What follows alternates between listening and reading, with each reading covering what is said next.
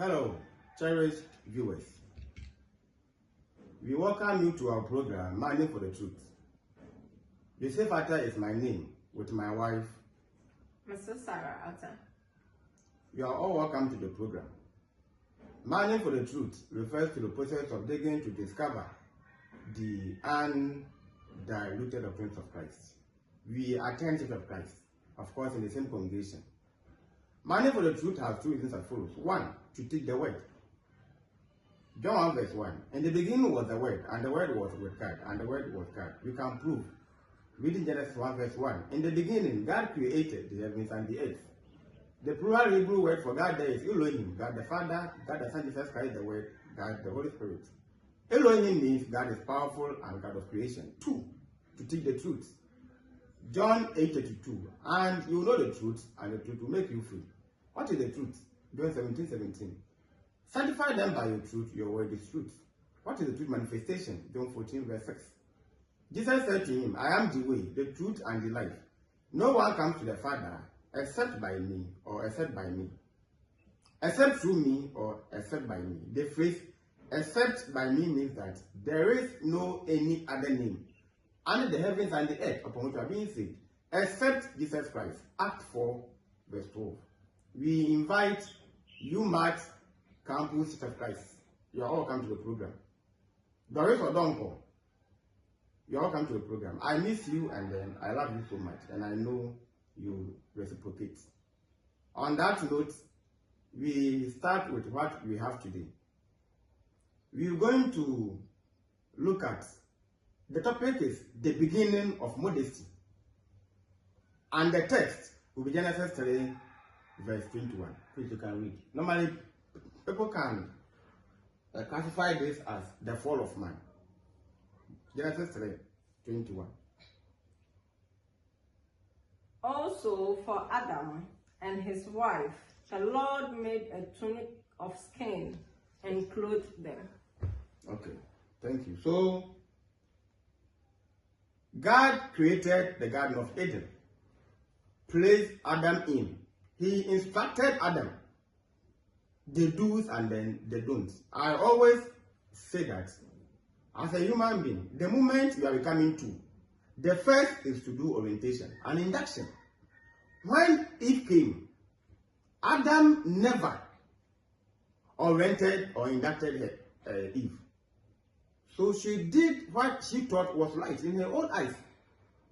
And that led to the fall of them all, where they were even sacked from the garden. Of course, they were deceived by Satan. Why were they naked? How did they know that they were naked? So we say that when God made Adam and Eve, they were naked and unashamed. They were unaware. They had not sinned, so they were unaware. Initially, they were naked, they didn't know, and they were not ashamed. That is Genesis 2 verse 25. That was not immodesty, but innocence. They were not aware. In fact, when we have children, the children can go about in the house naked. They are unashamed and they are innocent. So we can't say that they are immodest, because they are not self-aware of good and bad. So we are saying that when Adam and Eve had no knowledge about good and bad, they were unashamed, and you can't say that they were immodest. Some people have been debating that because they were adult and they were naked. Why is it the Bible is now asking us to cover for? We are saying that that was not immodesty, but innocence. They didn't know what they were doing. Their minds were pure. Their hearts were so clean. No sin has entered them. They had not diluted their states. They did not view their bodies through the lens of lust, pride, or lust or pride, because sin had not yet corrupted their vision. Very good. Please, you can read that 3 verse 7. Very good. 3 verse 7 of Genesis. Then the eyes of both of them were opened, and they knew that they were naked. Very good. So we saying that it's okay. They did not view their bodies. No mirror was there. There was no mirror. So preferably they could have used water. Stagnant water or river to view their bodies. But there was no lens of lust or pride. They didn't lust themselves, actually. They never lusted themselves. Because they didn't know who they were then. So they were ignorant in some ways. Of course, ignorant is not always used to insult. But when you are not aware of something, we say you are ignorant. For example, you don't have information on a certain area or discipline. We say that this person is ignorant. So we are not using this as a means of insult. And because of that, because sin had not yet entered them, they had no corrupted vision. Now we say that it was sin that caused awareness of their nakedness. How did they know that they were naked? After they had sinned, after they had fallen, or when they fell, when sin entered them, was when they became self-aware. Their immediate reaction to sin was not confession, it was covering. Both were naked. They saw that they were naked. So they found some leaf to cover themselves. Of course, was not enough. They grabbed whatever was near, that was fig leaf, to make little aprons to themselves. The moment they saw that they were naked, then they had to look for any immediate option. And what they saw were leaves. So they covered themselves, but it was not full covering. Now, when you read the text as she read in Genesis 3:21, the Hebrew word for covering is hagora, which means a belt. We all know a belt, what you wear in the waist. A girdle. A girdle is what the hunter uses to go for hunting. So when the hunter kills an animal, he puts it inside that. It is called a girdle, either on the waist or across the body, or something tied around the waist. So already I've explained. So what they use, so means that for the woman, she covered the waist, but the breast was there. It was minimal, temporary, and human-made. So means that as we human beings, we are not supposed to take care of ourselves. Why? Because someone made us. So the maker must always protect us, of course, unless you are submissive. You are hereby informed that the fig leaves were not full clothing. It was a mere belt, a girdle, or something tied around the waist. It was a desperate attempt to hide their guilt. As human beings, the moment we sin, we don't apologize or we don't confess to God fully. We try to do it piece by piece. So we say that an apron is supplementary clothing, even in engineering. When you go to jail or even at the kitchen, a woman wears apron, a man wears apron to cook, and of course, may cover the chest, the belly, and down. So at times it will descend below the belly, but it is not an overall. To cover the chest and then the waist, it is not a full clothing. So what they had, even if they sew the fig leaves to cover the waist of Eve and then the chest of Eve, you see the stomach was showing, or the belly was showing. I said the stomach. The abdomen was, you see the stomach is rather inside, so the abdomen is the foreskin, and other parts were also showing as well. I'll continue with the teaching. What are the objectives of the stages? Grace after the fall, A. B. From covering shame to reflecting holiness. So we look at the Hebrew word, Kuttonet. Then C, modesty is larger than clothing. D, who gets the glory? Then E, freedom through covering. So we continue with the introduction. Guilt cannot be hidden with fig leaves. The guilt that they committed cannot be covered with the fig leaf. So we say that currently we as human beings, someone may debate that, oh, but this happened in the first century. That's fine. Now, you and I, we still try to cover our sin or emptiness with the modern equivalent of fig leaf. So what are the modern equivalent? For example, popularity. Some people are so popular that even when they sin, they are so arrogant enough to seek a better from God. We have parents who sin against their children. They will never apologize. We have children who have also grown and they think that now they are on top. So they refuse to apologize to their parents. So it is a vice versa. Success, as I already have mentioned, the children are now rich. They are driving in better cars. They live in better places. We Christians, we think that we have more than enough. So we don't expect that. Status, I am this. I am having this rank.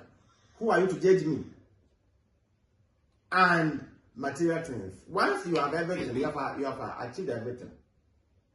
There's nothing breaking you to even go to church on time. You mean punctual. We build our own coverings and convince ourselves we are perfectly accurate. So we don't need nothing.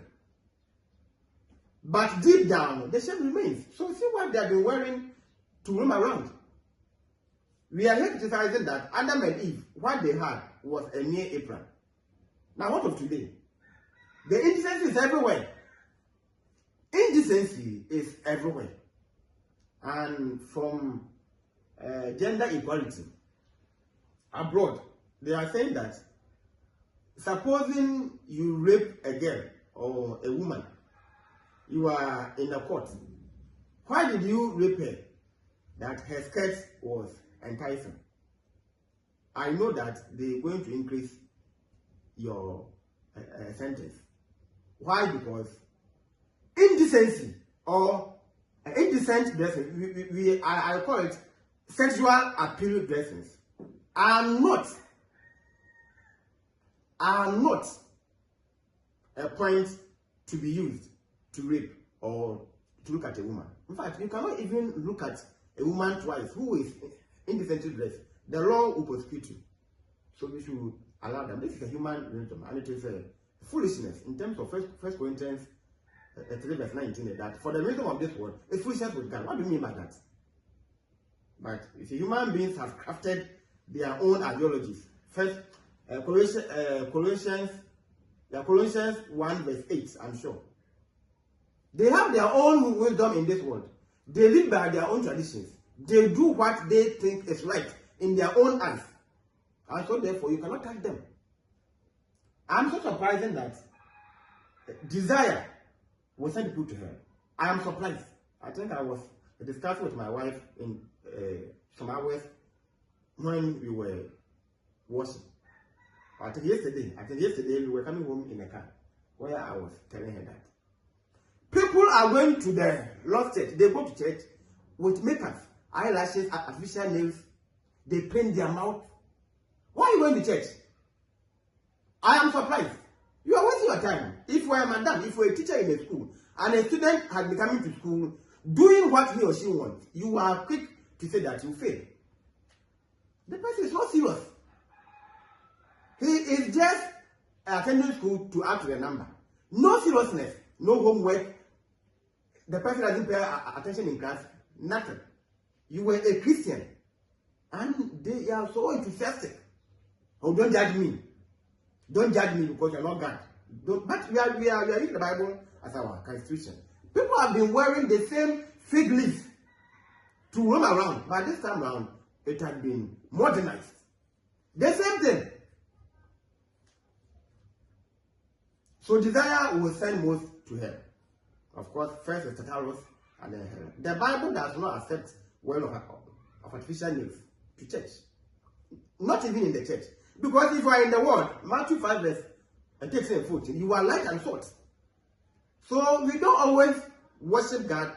We don't always obey God. When we are in the church, we must represent Him also on the world. So A, grace after the fall. So already you have read the text, Genesis 3 verse 21. The first act of grace after the fall was that God made tunics of skin for Adam and his wife and clothed them. If you can repeat the 3 verse 21 again.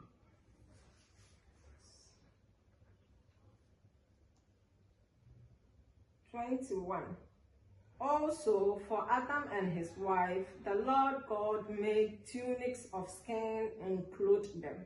Okay, thank you. Now, tunics of skin. Now, people have been debating. I mean, Antichrist, actually. That Bible is a myth. It is a fiction. How did God make clothing for them? James 1 verse 5 is saying that if you need wisdom, ask God. The Greek word for wisdom there is Sophia. It means the application of knowledge, understanding, and common sense. Now, common sense here should suggest to you that, Mr. Antichrist, we get skin from animals, right? So common sense is working here. People have refused to obey God, so they are always trying to insult Him. You will die and then you meet Him. He knows that you will die. It's not a problem. That's why He's not my name. Why is it that God has not been killing? Because He knows that you will die. Once you are growing, you are aging to approach your Maker. He created you. When you die, He will judge you. Satan has no power to judge no one. When God judges, and there are scraps. When I say scraps, I mean those who lived for Satan. Then He gives you to Him. Go to Tartarus and then you suffer. So Satan has no power to judge no one. Never on earth has this happened. This didn't happen. Will not happen today and tomorrow. So God killed an animal. Why? Because a skin has been mentioned there. Not a human skin. Of course, they were only two. And they were alive. So He killed an animal. So God killed an animal and used its skin. The idea is that draw a common sense conclusion from the word skin. To let you know that the skin of animal is used to make sandals, belts. Very good. So common sense must work. Especially if you want to be a good Bible student. Bible does not give examples. For example, but you should be able to use the common. That's why before you type a teaching, you pray to God. Sometimes God is using you to correct an error. So unfortunately, when you preach to hit on someone, then because I did this, that's why it is that. No, it means that you are not a true Christian. If we are in the Lord's church, we are preaching, and then you say, I'm offended. This person is saying, were you there when you were preparing the teaching? So the person has no purpose in life than to specifically sit down to write about you. Now, this teaching, in fact, the idea came 2024.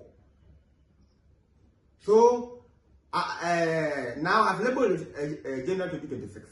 It is not today that I'm teaching that I wrote it. I've written it long ago. I just did the updating. That's all. Most of my teachings were not done in this year. Some were in 2017. Last week, when I went to work, Mr. Emmanuel Cole he was saying that with Lincoln, there's a man called Mark Oshebo. He said, I'm going Lincoln. They loved who is a partner match. So they were listening at the office. I told them that we are at work. So they said, no, this is also part of the work. They were asking me, then I said that I prepared it 2017. 2017, I was doing my NSS. So you don't sit down there and then you assume. Issues meet issues, you understand? God God is using his people to correct errors. Yesterday, I heard that about this new road construction, that if you go to Eusebio or so, they live a surveyor who advised them to build their houses 50 to 100 meters away from the road. So these demolition exercises will never affect them. God used him to perform a task. True or false? Better.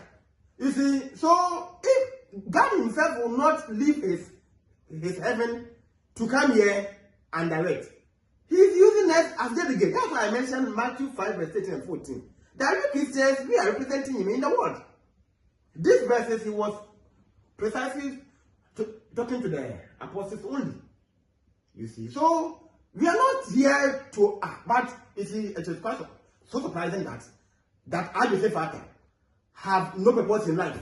So therefore, I will officially come here to attack. No, it means that you are an antichrist. You are refusing to accept your fault. So here, we are saying that.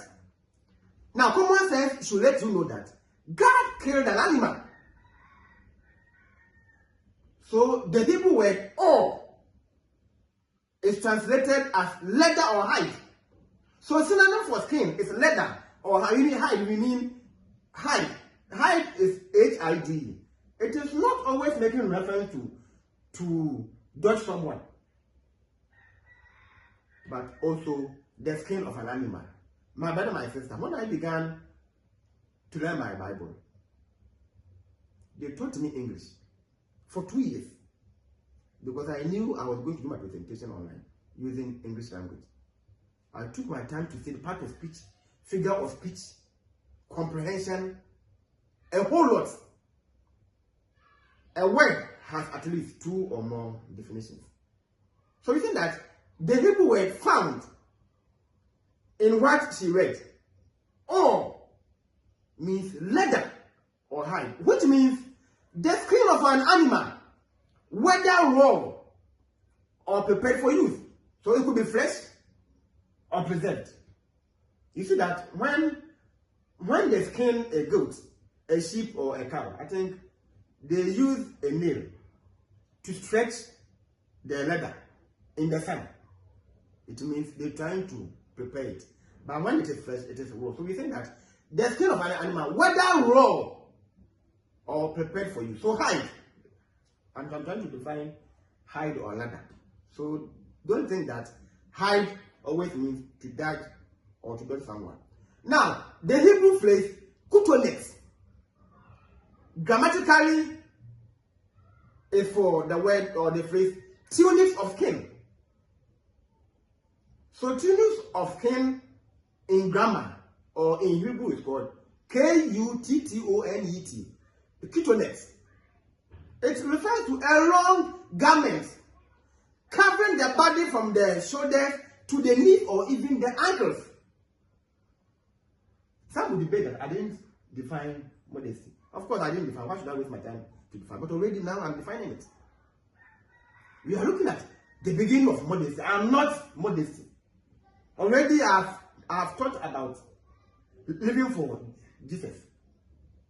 In modesty, they were all explained. This one, we are tracking the origin, where it began from. So if you want to define modesty, it means wearing a long garment covering the body from the shoulders here to the knees or even to the ankles. In Muslim, they will say fugu. No, they won't say fugu. A jalabia. Straight dress.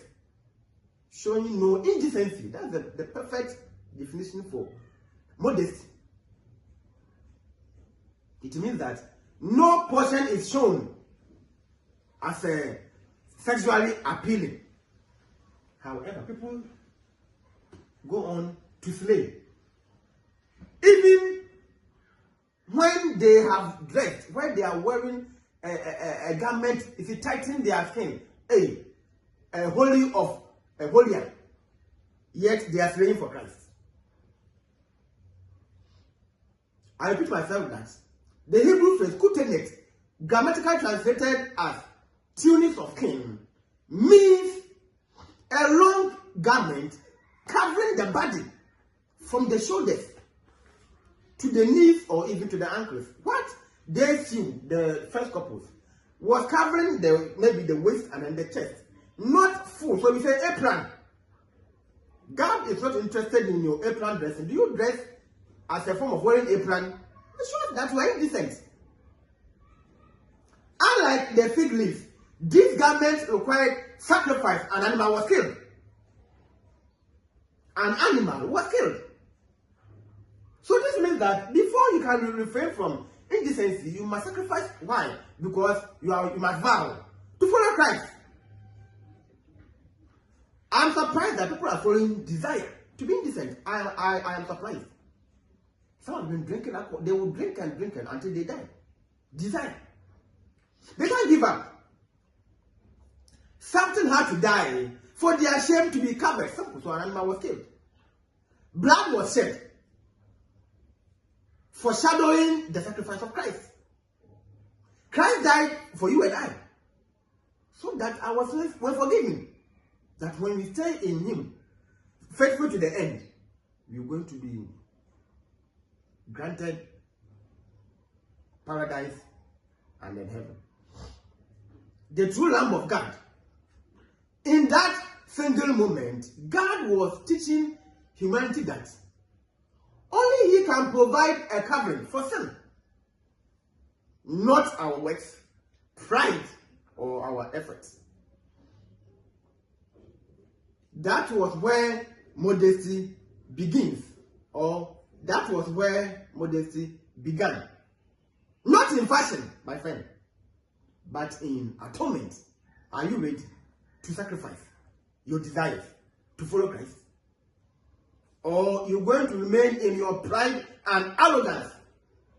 Oh, and again, I think on social media, last time, somewhere in September, there was a sickness in Ghana that I think one FM presenter, of course, a woman, of course, I wasn't surprised that the girls should be wearing some short things to showcase their natural figure. Or you are a woman, so have time to wear short dresses, and the girls, because of ignorance, then they grabbed. So come and see. So me, if you are my friend on the media and you're indecent, then I will unfriend you. I didn't ask you to send me friend request. Precisely, I'm so. Yes, because all my life I am with God and no one else. So I don't know anybody. So me, if you worry me, I package you and place you in a garage. Simple. Because you are wasting my time. Of course, my salvation does not depend on you. My daily survival does not depend on you. God first, actually. B, from covering shame to reflecting holiness. We are still on the Kuttonet. So here we will trace it to the Old Testament. Precisely the priest, the garment that they wore. So people, you don't think that the Bible was written from human ignorance. When God called Adam and Eve, He did not just fix their wardrobe, but restored their dignity. Wendy, my first wife. When I say my first wife, I mean my student mentee. Me, if I'm a mentee, I transfer you as my wife, so that at least you'll be responsible. You call this sense of belonging. The wife will not want to hurt the husband. Likewise, the husband don't want to hurt the wife. So when you be my first wife, I think I called her 2 weeks today, Sunday. No, tomorrow will be 2 weeks. Now she works. She told me a lot. But she also reinforced that she is now seen as so decent. Based on my guidance. I hate a woman who dresses indecent. I hate it. So, when you dress modesty, you are seeing that you have restored your dignity. For all you know, we as humans we have been programmed by God. So when we see sin, this is a sin. We all know. When we see a car, we see this is a car. We see this as a threat, we see this as danger, and we see this as something which is comforting. So when we say sin, our conscience, when you say sin and your conscience does not prick you, you are not a human being.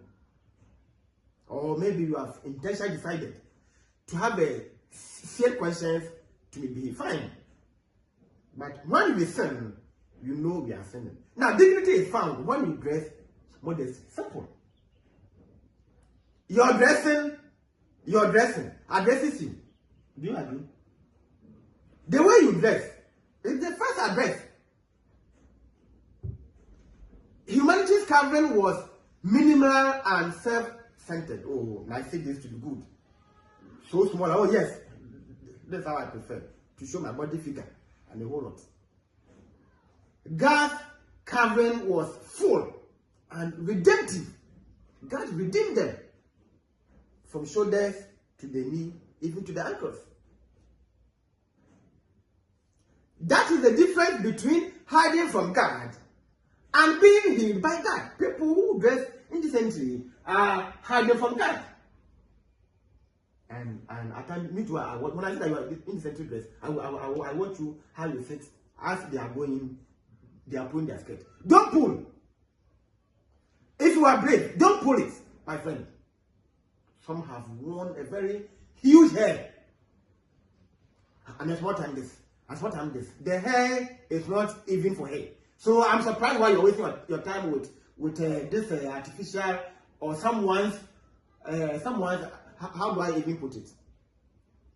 You see, normally, some people, if you go to India, by way of atonement, some shave their full hair and then to the guts. Oh, Ghanaian will go and buy at a very high price my hair. The hair is not yours, so stop wasting our time in vain. See, I don't waste my money. Why would I give my wife money to go and invest my hard-earned money? You know how I started before I make money. I'll give her money to go and buy uniform. Make yourself out. It is impossible. If she buys, she pays. I won't pay. I hate it. You understand? What should you go? What should you worry yourself? And then very soon this, very soon. I'm saying that as they are moving by, they try to be pulling to uncover the cupboard. You are wasting your time. It shows that you are coward. You want us to see. So let us see. You shall be happy when you walk naked, wearing nothing. Then I see that you are brave. Women are the first hypocritical creatures on earth. Everything they give excuse. They don't take responsibility for the sin that they have even committed. When God was asking Eve, she blamed the serpent. And foolishly, Adam also blamed Eve. So people have been asking that why did God excite them from the garden? Because they were irresponsible. They never admitted to their own sins. God said that you're not serious. My son, walk out. And they were free. God gave them no second chance. If you don't know the Bible, you stay in my room. You messed up. Then I took my key. If it was true that God gave them second chance, they would have been returned to the garden. But he sent them to go and suffer elsewhere. You will go there. So he's saying that all those who are dressing indecently are hiding from God. Can you wear this to church? You can't. When they go to church, they change into something, the word is something more decent. Why don't you wear the same thing to church? Our church, you can't. When you go, they will sack you. Then you are wearing mini skirt, a short skirt, and then when you see your black, no. When you see your privilege, no. They will send you home. Why Kuttonet? Why Kuttonet? 1. Genesis 31 verse, Genesis 37 verse 31. Why Kuttonet? 37 verse 31. Verse 31. So they took Joseph's tunics, killed a kid of the goats, and dipped the tunic in the blood. It's okay, thank you. It's okay. My interest was that she mentioned tunics or tunic, right? Very good. It was first used to describe garments of reverence. We are saying, why Kuttonet? Initially on debut, we're saying from covering shame to reflecting holiness. And in bracket, we're saying Kuttonet. So why? It was first used to describe garments of reverence. To revere means deeper respect. For example, Joseph's robe. Who made the robe? Their father, right? Yes. And it was so attractive. So you see that we are tracing back to the Garden of Eden. 2. Exodus 28, verse 42. 28, 42. Exodus, of course, from the same author, Moses. And you shall make for them linen trousers to cover their nakedness. Very good. They shall reach from the waist to the thighs. Excellent. It was the priest's tunic and the everyday dress of godly people. So the priests were ushered to dress modestly. That's why we are asking, why tunics? Why Kuttonet? Priests were wearing it. Jacob made for his beloved son Joseph. Now, the last one, it was a garment of dignity and holiness. Garment of dignity and holiness. And even in this life, I will prove it. When they see you dressed like that, they call you holy. In schools, they will mock you. In churches, in the community, everywhere. Oh, this person is so holy. Why? Because of the way you dress. You show no part. Of course, I will not allow my wife, and she will not even do that because she was brought up from Christian home. I mean, what do you gain from it? What at all do you gain? From the garden forward, God established a consistent pattern. Covering reflects reverence. So, if not the corrupt nature of human beings, we are supposed to dress just as Adam and Eve were dressed by God. That is saying that from the garden forward, we mean to the preceding centuries, God established already a consistent pattern, a pattern which should not be changed by anybody. But I made mention that Colossians 1, please. Okay, let's even show it.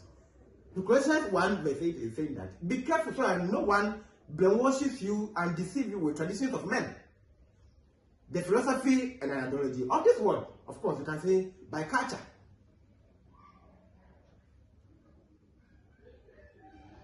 Covering reflects, it shows how you respect God. And if you are a child and then you dress decently, you also honor your parents. Dressing speaks a lot if you're a human being. At times, you go in for interview. Either you win or you lose. It based on your appearance. Your appearance should tell them that this is how you are. So companies have code of dressing to work.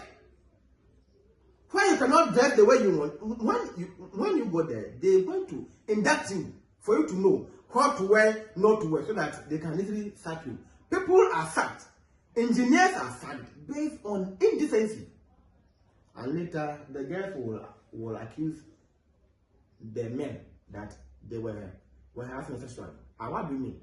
Petrol meets fire. When you expose your body, you see, for men, not all of us are the same. Normally, when I go to class and I see that these small girls are not sitting well, and for all you, I don't teach in junior high school. I teach in second cycle. So there are 18, these 10 people. When I see that you've not sit properly, I demand your notebook and with a pencil I'll write sit properly. And the boys will think that I've written my numbers or my numbers so that they should call me. No. I will write sit well, always. Sit well. Then you see that the day will be of yourself. See, I don't fancy the private part of women. Even when I was single. You see, but not all men are the same. Not all men are the same. Some are attracted by the tie of a woman.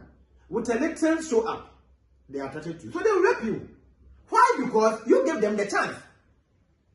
If you are covered up, dressed nicely and decently, there wouldn't be any lust. So some companies have decided not to employ any woman because the problem of Adam began when Eve was created for him. Most companies have received issues of sexual harassment when they began to employ women. So therefore, the women have been sacked. It is not that they try to gender bias, but women are full of issues and troubles. Go to troubles and we are free. That's all. So some will write, leave the men alone. Means that they don't employ any woman there. When one woman is amidst men, then pride and arrogance will start because she's also an engineer. What they have not done, she will lie. Women lie a lot for posts. I've been working with wedding companies, so I know what I'm saying. They can intentionally lie. Some can intentionally cry. Me, if you're a woman and we are discussing an issue or setting a dispute and you cry, then I've seen that you are the culprit. Why are you crying? We are facing facts. Why are you crying? Why should you change your mood? We are trying to face facts. So you should be a human being, then we face facts. Then they are sharing tears. For favor, number 2, so that the issue will be brushed off. Number 3, to meet the heart of the audience. We know all these things. So you can show me nothing. If I catch you in trouble, I've been training women in terms of wording. And when you come, my first welcome address is that you are all men, you are all boys. I didn't advise you to come and learn this. But when you are entering, I'm going to teach you with regards to what you're going to see there. No pampering, nothing. So I train them as men. And when they go out there, they call to appreciate all what I did for them. No favor, nowhere. We continue. So we say that when priests served before God, they had to wear garments that covered their bodies completely. That was what we read from Exodus 28 verse 42. If you want to worship God, then as a priest and even now, you dress nicely to church. They dress to revere God. Appropriate, approved, precise dressing. Chosen and approved by God. This was not a cultural preference. Yes, this also reminds me. You see a Christian who has been in the Lord's church that when my in-law dies, tradition is saying that I must go and dance. It could be Adua and others. You see, if this person had been in my class as my student, the way I'll punish you, I can even decide to repeat you because you didn't qualify to be in the class in the first place. In fact, why did I even promote you? You were a Christian. Did you know how we suffered before we became Christians? You want to go back again? Your in-law. Who is that to Christ? I can't imagine a human being comparing the laws of Christ to an in-law. The tradition demands, the culture demands that when there's a funeral at my in-law's place, I must go and dance. The Christian does not dance, inside and outside. So, your choice is yours. Of course, you can be this automatic Christian. Today you are a Christian, tomorrow you're in the world. I mean, who cares? In fact, I do not waste my time to convince no one to be a Christian. God doesn't even need you in the church, if you don't know. During the flood, he saved only 8. How many were saved? The Sodom and Gomorrah. They were few. God is begging no one. The students, when they come to school and then they are fooling, I have one message. It was President Mahama who brought you here. If you don't want it, you go back. I don't care. If you go, others will come. Period. I don't beg no student to be in my class or to be in school. Government enrolled you for free. Ghana, we are in face. If you don't like it, you leave the school, go and then behave. You don't, but if you are in the school and in my class, you follow suit my instructions. If I catch you, are in trouble. You understand? So, God is not, Christianity has no link to pampering. No. Either you are in or you are, but if you are in and you are out, my friend, you are hypocrite and you have no salvation. This was not a cultural preference. It was rather, a theoretical necessity. That because you are going to be a priest for God, you must follow this rule by force. So don't think that because they were in the olden days, it was culture. Bible has no link to culture. Bible condemns culture. If you're unaware. So Bible supersedes this your worldly ideology. I should go and dance for my because she's dead. What do you mean? The person is even dead. Are you interested in the living or the dead? And if you don't dance, what will happen? If you don't dance, what will happen? So, unfortunately, Antichrists are able to exhibit their belief. They are so stubborn to follow their belief. There's no way an Antichrist will like your Christianity. Never ever. But we Christians, we compromise to follow them. When we go there, we behave as they are doing. The philosophy that do what the Romans do when they are in Rome is foolishness. For example, teaching involves the male teachers, sleeping with the girls. So if my institution, the men there are sleeping with the girls, because I'm also there, so I should also be doing what they are doing. Is that what is that what you are telling me? Standing before a holy God required respectful covering. Are you listening to me? Standing before a holy God. Those who are into fetish priesting and herbalists, they have a special attire that they wear to go and meet their gods. Two of us. And woe, in fact, when you refuse, they will kill you. Because that is the approved dress that you must wear anytime you want to communicate with them. And we are saying that if you are going to church, it means you are going to be under what? A God which is so, or who is holy, sorry. A God who is so holy. And so therefore, he is requiring respectful covering. Physical modesty matters a lot. I'm saying that we have people who have come for interview. Why you chose the most little dress, even if you don't know the work, by your modesty in appearance, you'll be employed and then they give you instance everything. And the one who is proud and arrogant, that he's a super engineer, so you should let her be the way she wants, was sacked. And then you go. So go home and then eat your indecent dress by the end of the month. See, please, do you have any question? Okay. See, modesty is larger than clothing. Someone might think I'm contradicting. No. Modesty is not limited to what is on one's body. It is about what is in one's heart. Initially, I said that some are wearing a jalabia. They are still slaying or slaying for Christ. The way they will shake their bodies, sexually appealing to the audience. This is not modesty. In fact, how I wish I can reform some teachings or doctrines of our churches. When they hear of modesty, dress well, this two of us. I don't know where they attended their Bible or where they learned the Bible from. Modesty is not always about wearing a gown. Some are wearing the gown. In fact, we are also not saying that go and wear miniskirts.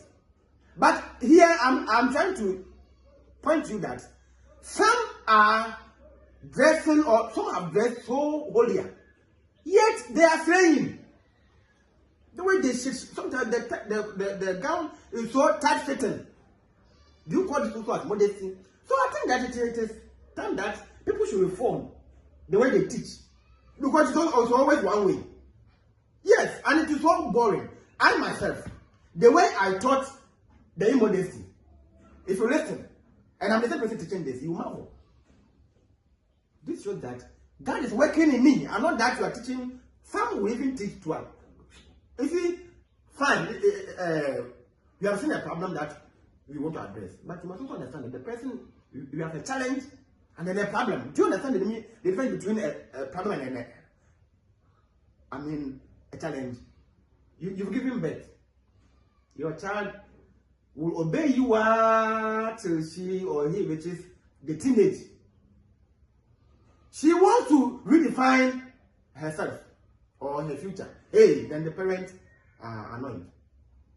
You can't control your child from 18 years and above. You are a liar. She would not listen to everything. In fact, even when she was young, she didn't listen to everything. Don't cry, then she was crying in the car. Well, I can't even have to alight.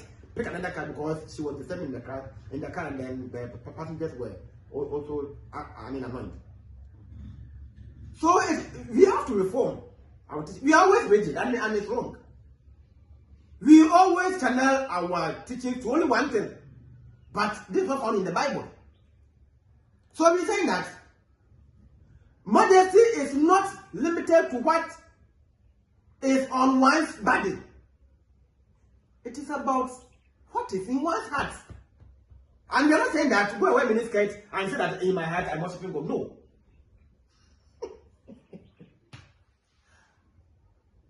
You can be fully clothed and still immodest if your goal is to draw attention to yourself. Simple. This is all what I'm saying. I reiterate that you can be fully clothed. From neck, holier than holier. Don't have the word. From the neck out to your toes. Sometimes you are walking, you almost, in fact, you almost fed up because the gown is also becoming a trap.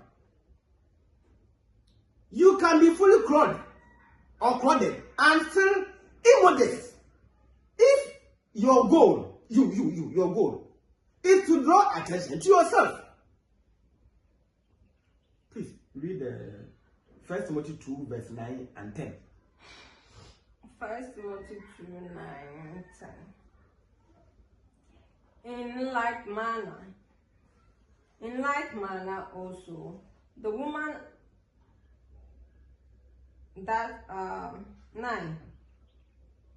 In like manner also, that the women adore themselves in modest appeal, with propriety and moderation, not with braided hair or gold or pearls or costly clothing.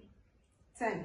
But which is proper for women, prophesying godliness with good works. Thank you so much. Modest apparel. The scripture teaches that modesty is about humility and focus. Are you humble and focused? When we read 1 Timothy 2 verse 9 and 10, it is saying that modesty is about humility and focus. What is the focus? So the first is that I'm trying to humble myself. Why? Because my focus is to impress Christ. Simple. Humility and focus. It is about not seeking to be center of attention. This is the summary or paraphrase. When you consider 1 Timothy 2 verse 9, of course, the writer was Apostle Paul. It is not about seeking to be the center of attention. I'm saying that someone is wearing a gown, no makeup, no nothing, but the way she's dressing and then modeling, shaking the body parts, she is drawing attention to herself. How the boy has reduced the child to be so skinny, so people will see his figure, that he's muscular. He also saying for Christ. Modesty is always, and also once again in my church, in terms of teaching modesty, when I say my church, I mean all the churches, the center is on women. Hey, so that week the women are so anointed that they are on them. Everything women, everything. But the boys are also, if you cutting their hairs, in which it's even worse than what we see with the women. So anytime that they are treating modesty, there's a conflict between the women against the men. Always. But it shouldn't be so. The women are praying for Christ. The men are also praying for Christ. How can you wear a very tight fitting to showcase your body? To gain what, actually? To impress who? Whom are you impressing? When a woman veils her body in modesty, well, you mean when you dress so well, she is not hiding herself from men. She is revealing her dignity to them. That's, I am decent. And I'm living for Christ. Simple. Paul is not condemning beauty. I think Doris, if she's here, she'll bear me witness. The first time that I taught the modesty, she called. She was that of wife. That she doesn't know. I said, Doris, I hate a woman who is ugly. Even though I didn't create a human being. It will be a waste of time and money, resources, to go and marry a woman who is dark. It is impossible. I hate a woman who is, when I say hate, I dislike her, please. Don't misquote me. That in my right senses, that I will work and save money. Do you know how I suffered at the university? Do you know how I suffered to gain my appointment or to be employed? Do you know how many years I served as a new volunteer when they were insulting me? And by God's grace, now I get some small contacts. So I will gather my money to go and marry a woman who is ugly. And what do you mean by that? Do you think you are watching cartoons in Ghana? When you see her, she becomes so, in fact, even in her beauty, she's a nuisance. What if she sleeps? You walk to urinate and saw her face. Hey, disaster. I mean, as if she's wearing a mask. You know, mask for ankles. This is a fancy dressing. I love beauty, actually. I love beauty a lot. So my wife, they are all beautiful.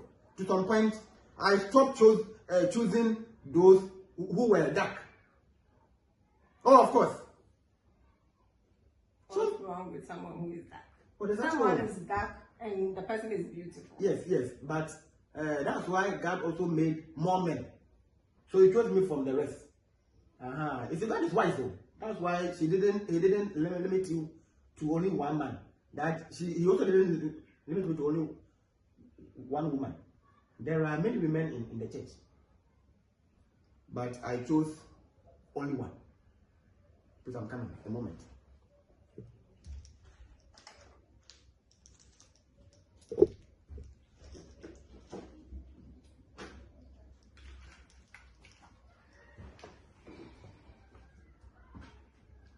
Has your question been answered, please? I want to know. Has your question been answered? I am saying that I hate a woman. In fact, no, let me even use this right. I dislike a woman who is dark. I cannot afford to waste my resources, as old as I am, an engineer, Professor Joseph Arthur, to go and marry a woman who is dark and ugly. For what? And I'm saying there are women who are dark and beautiful.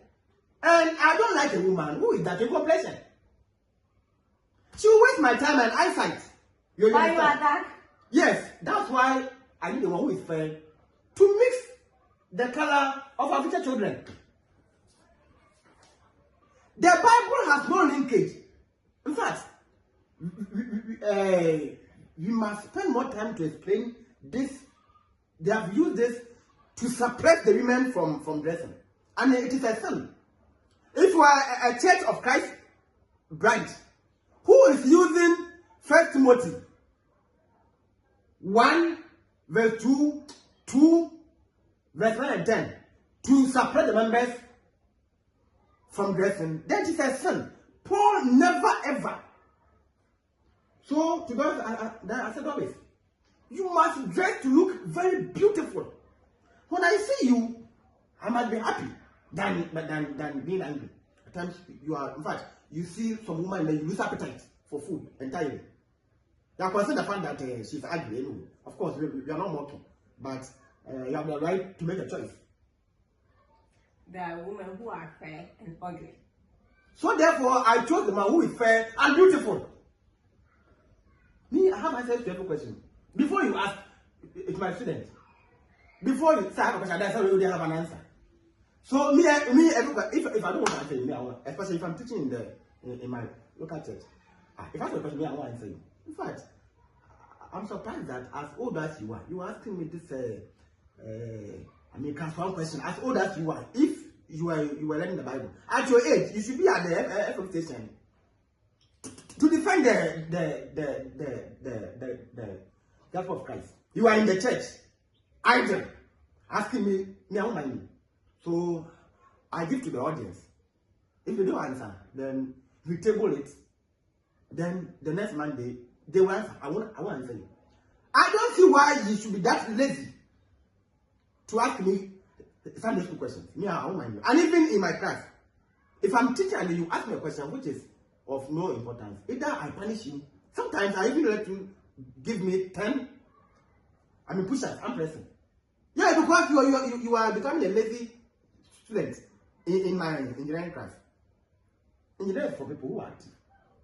You understand? So the point I'm trying to make is that we as human beings, we are many and we are plenty.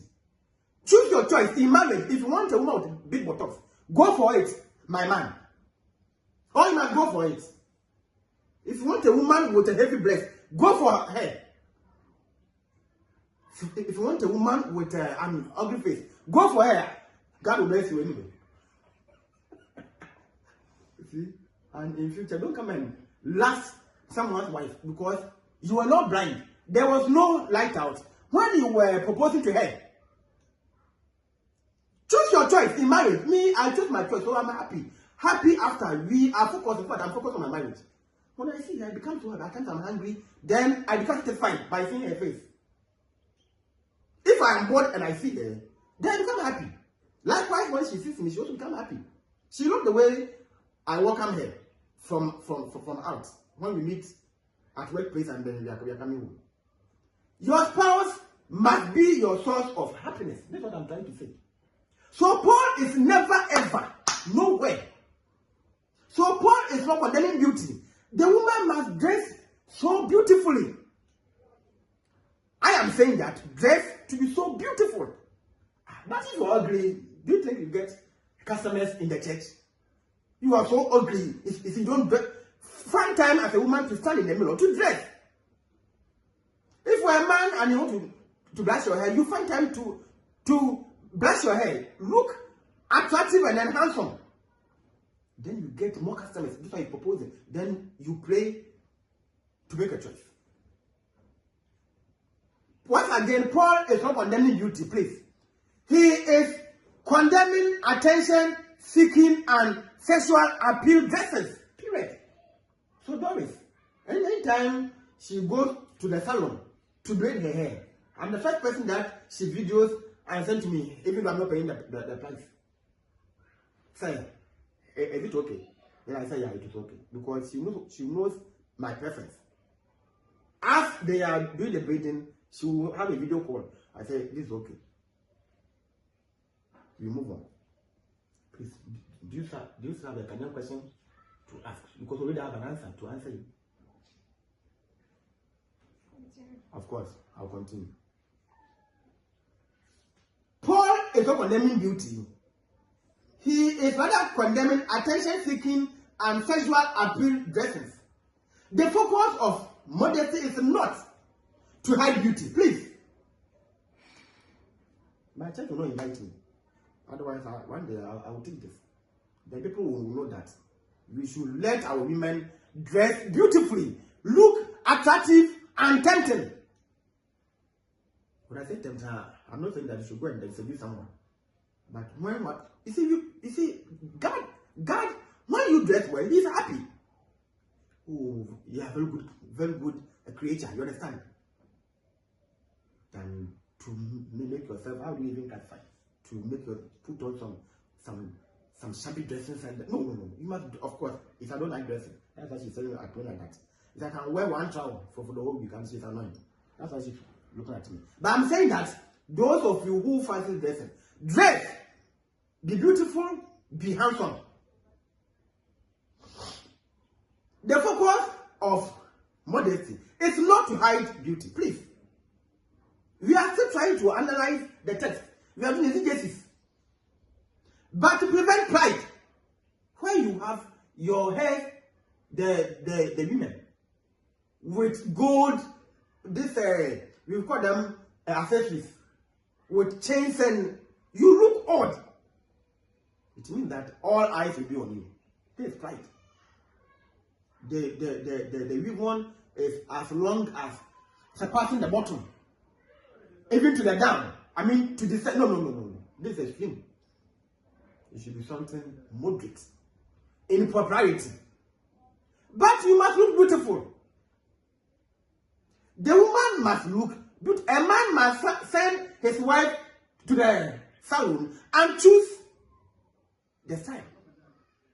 Of course, if I don't have time nowadays to send my wife, but she will snap and then you make a call and then I will approve. Of course, I have to pay for it. So I will also have to. It's not by fault that I will not dictate. We have to arrive on a consensus that this could then she go for it. So if you're a woman too, you must also find time to send your man to the barbering salon to choose the style. Me, I'm so happy that my wife is my barber. Before we married, I told her to watch videos or to learn how to shave. So I bought my own clipper. I mean, my own barbering machine, which is rechargeable. So she has been shaving me, and I save money. Initially, I was shaving my hair every week. I don't like hair, naturally. So now I shave every 2 weeks. Every 2 weeks is 20 Ghana cedis. It is money. Me, I respect money a lot because I struggle to do some contract to earn a living. All right, we move on.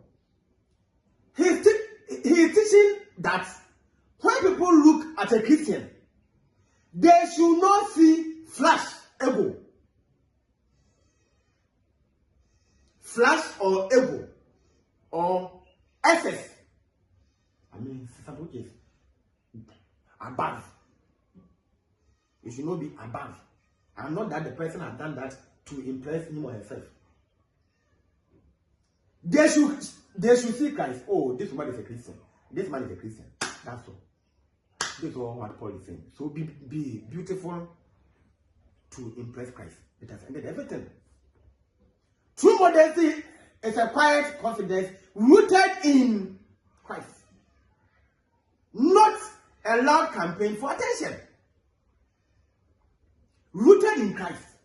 True modesty is quiet confidence. So some think that they will become majesty when they expose. Of course, they are using the body. You go to TikTok and see how they have been showing their part, and they get more viewers. You see, when you put a recording there, they won't even view because the preaching is rather hitting on their lifestyle. So they won't even watch.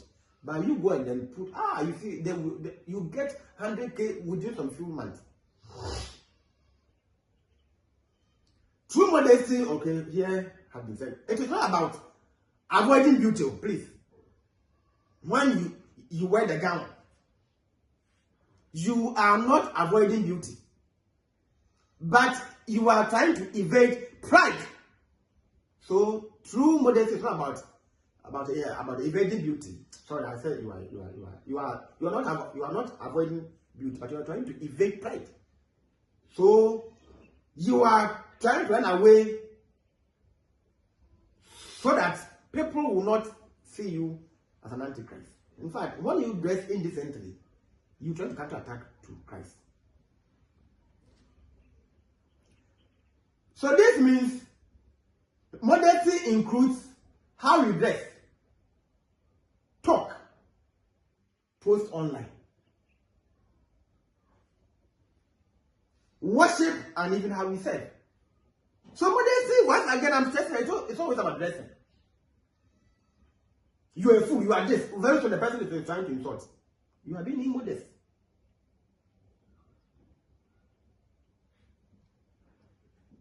If you want to use the word fool, then use it appropriately, in line with the situation. That one is fine. But we make reference to someone who can easily become angry and start to insult. You are being immodest. How do you dress? Out or in? How do you talk? The way you talk can also proceed that you are immodest. What do you post online? Meaning, when I say that you are posting something online, it means that you did it by your own conscience. No one forced you. The phone is yours. How you even worship God, and even how we serve. It could be at workplace, in the road stage. You can be immodest in a suit or in a swimsuit, since modesty is about motive. That's why I said that. Some are in gowns, but they are saying for Christ. A man can be in a suit, but he is still immodest. The suit is so tight-fitting that you should show the breast and muscular. For what? Is this how to dress to go to church? Or it could also be in a swimsuit. That one is always immodest because it is so fitting. And you have some games. This table tennis, no, long tennis. You see the way they dress. They are awesome. If you speak, people will be against you. Culture, tradition, your philosophy is not about that. In case you're unaware, there could have been different way of dressing than that. In case you don't know, there's always an option. Always and not always, unless you chose to limit your horizon. But if you should research, I say that there's always a way in. There is always a way in. If you go to Ghana National Fire Service, I was educated that the women has the choice, or they have the choice to make either a trowel, a skirt. So, if you're a Christian who works with any military institution and you are wearing a trowel, tight-fitting trowel to show your buttocks, you are slave for Christ and you go to hell. Because even they have options. Tight-fitting trowel, loose trowel, tight-fitting skirts, short skirts, long skirts. You have no excuse, my friend. Don't think that you are wiser than that. There is always a way in. If you ask, at times, someone, I think, even made that request before. Now, fine, let's assume that it already was trial. But I think that one person could have changed the idea. No, me, I don't work from my church. I watch it. They will give it to you. Because when they go to their code of conduct, they will have no rule binding that you must wear trial by force. I'm sure that it was somebody who got the idea. For a change, you know one person. When you insist, then the change will occur. And it will be freedom for all the years to come ahead of you. This one I was told by Petit's wife. When they were at the funeral, one day we went for church work and she was saying that when she works, there's no law that wear trowel or wear skirt. You choose. And even the skirt has a, as if it's a gown. For, I'm not a judge, but I see a Christianity in that woman. First service, my uncle was there, so Mr. Nicholas, he was then her boss. So I was going there often, where I saw her at the gates. Long skirt. You know, she has a butt. And it was, or it is not a sexual appealing time. So there's always a way in. But because people want to sell, I don't know the problem with women. Where they always want men to see their thighs. I don't know. I just don't know where this madness is coming from. Last Thursday, I was going to work, and I saw 3 of them, 5 service. They were all indecent. Short. And someone was even holding a canteen bag. It means that she is married. And unfortunately, some men are also advocates of that. They will even in fact, they fancy it. Wear skirt to town. A wife, my wife, no. When she's dressing, I am there to tell you truth. She will come to me, babe, is this wood? And I will say yes. Because when I'm going to work, she dresses me. So I also dress her. This is marriage. Anyway, we move on. Our interest is to prove a point. So that people will not use quote Paul to suppress their members from looking beautiful. I want the women to look beautiful, but do not offend God. Simple. Please read 1 Peter 3 verse 3 and 4. Do not let your adornments be merely outward, arranging the hair, wearing gold, or putting on fine apparel. So apparel, it's okay. It's okay. The room is that, so don't see it. It's okay. Now, it's okay. Okay, wait. Sorry. Rather, let it be hidden, person of the heart, with incorruptible beauty of gentle and quiet spirits. Excellent. Which is very precious in sight of God. Simple. So Peter reiterated, or Peter reinforced in 1 Peter 3 verse 3 and 4 that we should dress to impress God than the audience. That word, incorruptible, is key since external beauty fades. Last time you made a very nice suggestion that beauty firms don't even recruit people from 30 years and above. They want the younger ones. So beauty even fades with time. Whereas inner holiness endures forever. When you dress, now I think this I'll have to expand it. We all become tired when we see your hand for so many times, right? But when you cover it and one day we see it, it's like, hey, so is this how fair you were? So the external beauty will fade, but the inner holiness endures forever. When you are living for Christ, then you are blessed. Always you are younger. Always you are beautiful. But when you try to expose yourself, very soon we are tired of watching. Even men are warned of the same danger. In Matthew 6 verse 1, Christ is saying that beware of practicing your righteousness before others to be seen by them. Beware. It means be vigilant. Practicing your righteousness before men. So it means that it should be inner, it should be hidden. That is the immodesty of the soul. When one does a good thing just to be admired, why should you do something for you to be thankful? During our wedding, people are contemplating that if I didn't get the audience, I could have invited the whole Ghana to my wedding. Yes, if I chose not to invite, but I have one mentee, an international warder, who flung from Australia to Ghana, and then he returned back. People they didn't know him. You understand what I'm saying? That's how it is. because he said, "Sir, I cannot afford to lose your wedding because I want to also follow the same pattern that you used to attend your wife and you do for your wedding. So I want to come and then record it myself." So he came with a camera. Didn't you see someone? So he was the one. My own students in my institution, he completed in 2022. Now he's in Australia as an international warden. He came all the way to Ghana to record my wedding video. All because he had been seeing me, at least, not that I'm lectured, but then devoid of this your wedding things.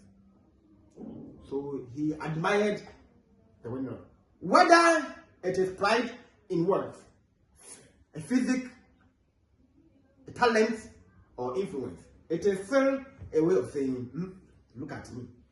Some will gym, so that when they are walking, and they will go to boutique to intentionally choose dresses which will fit them. So to your talents, when you are in the stage, when you try to exhibit that I'm so eloquent, you are trying to show off. It could be influence. The person has money, so he wants to be, or he wants to be known everywhere. In the church, always they are mentioned there. You see, there's a favor which is given to people who are rich in churches, in so many churches. That if you are poor and you are upcoming, then they will over you. Let another praise you, and not your own mouth. From Proverbs, you don't read it. 27 verse 2. It's saying that. Let another praise you, and not your own mouth. Why are you forcing people to praise you? D. Who gets the glory? I think this I feel even teach. It's God. The word says, be bold, be noticed, be celebrated. Yes, that was, I said that. It was an FM presenter. I mean, Ghanaian journalist who said that the girls should at times wear short skirts and they record to TikTok. And hey, then her message or her gospel was easily and gradually accepted. So go there and see. And everybody is doing something. The word says, be bold. Means that those who are cowards are those who can't expose their body parts. That's all. Be noticed. Do something so special that they will see you. Wear what all can't wear to a party or some kind of a celebrating center. Then you become an icon for the youth. Be celebrated. Then you are now known everywhere. People have left negative legacy on this earth, which is against the Bible. The gospel says, be humble, be holy, be hidden in Christ. Who am I drawing attention to? Me or God? Who gets the glory? When we seek the spotlight, we compete with the one. The one means God. Who deserves it? God created my body. When I first met him, I said, God, thank you so much for giving me a woman who is very beautiful. The glory goes to God. Than her trying to attract the audience to herself. Who died her? God. Not the woman who gave birth to her or herself, but to the Maker. When we seek the spotlight, when we say spot, we mean something which is at a location. So a light which is always centering some particular areas. We compete with the Maker, who deserves the glory. That is the heart of immodesty. So when you dress, whether a gown or wear miniskirts, the moment you are attracting the glory to yourself, you become immodest. Please, I don't know. Do you follow my concept? Yeah. Because the moment they mention immodesty, it's about dressing only. Or don't wear this, no makeup, no nails, no this, no. So It means that when you dress and people are trying to applaud you, than God, it means that you're also being immodest. I have a question. I know I have an answer. Ask and I'll answer you. Ask and then I'll answer you. We shouldn't dress to attract attention to ourselves. Of course. Because that would be immodest. Sure. So if I dress, I didn't, not intentionally attracting people to my, but to praise me. You saw then this lady look beautiful. This your dress is nice, but okay, thank you. That one has no linkage to immodesty. Okay. But people are drawing attention that you are looking nice, you are looking beautiful, you are looking this. I'm coming. When you were wearing the coat, was your attention that people should say today I'm looking beautiful? No, I just wear my dress. So that's all. That has answered your question. But you're saying if people start to draw attention to what you are wearing, you are becoming immodest. This is also in line with the motive. Some people intentionally put on dress. Yes, I know. To even walk to some places, special streets. It is the motive behind it. Everything is by the motive. Okay. In giving, it is by motive. In dressing, it is by motive. We are saying that Paul didn't say you shouldn't dress to look beautiful. But you have dressed neatly. People are saying you are beautiful. That one is different. That one is different from someone who had prepared the mind that today, so some will even, they will not even go to church early. They will wait for the program to start. Then they will come at the last minute, and they will walk in to go and sit in front. To confuse the entire, either the sermon, the teaching, or the entire program. Please, are you understand each other? So mostly, I am not making reference to some. Of course, I'm making reference to someone who is drawing attention, but if full attention, the person who intentionally purposed that I'm wearing this heel, I am adding this makeup, and she will not, or you will not even go to the venue earlier. When you go there earlier, who will see you? Thursday I went to town. The mother of Prince, my own auntie. She came and said that, oh, sir, you didn't even invite me to the wedding. Then I said, I'm sorry because I didn't want to invite you there. Then she said that everything was simple. My dressing, everything was so simple. You see, the word she said was simple. By saying simple, the glory goes to God. You also dressed so neatly that so far no one has been able to point out that this part was showing, this part was showing. Have you ever heard that before? Because we were doing, in fact, people still have issues with us, and they will still have issues with us. They will even die, and in their grave, they will still have issues with us. It is we, not you. You understand? We planned everything. We prayed. We knelt and we prayed for God. That God, let this be outstanding to impress you. Period. And this was what I told the leaders. They said that I met them. That we are doing a Fikuma wedding. We are doing something so local that will serve that indeed we are not all the same. And that God in heaven will be happy. Okay, I didn't know that. I still have my members who can be listening to me. That's all. So me, I didn't do the wedding to impress no one. But my motive was that God should not maybe curse me after the wedding. Don't worry, they are really good. Please, the question I said. So please, when you the don't of attention, it could be negative or positive. When you purpose that today is today, that one is negative. But if you are dressed as someone said yesterday when I went to work, they said that the shirt was bought to me or for me by my younger wife. Her name is Francisca. Mrs. Francisca, my mother's wife. She bought me the dress. A very nice shirt where I went to school every Friday. And every Friday when I go to school, I am praised. Like exactly, the shirt is very nice. My purpose is not to wear to attract attention. You understand what I'm saying? So one day I said, oh, it was given to me by my wife from Accra as a gift on my wedding day. I think on Sunday was when she presented. Please, can we move on? Okay. The rain is coming, so you have to hurry up so that. Of course, we will not hurry up because we are still waiting for the same God anyway.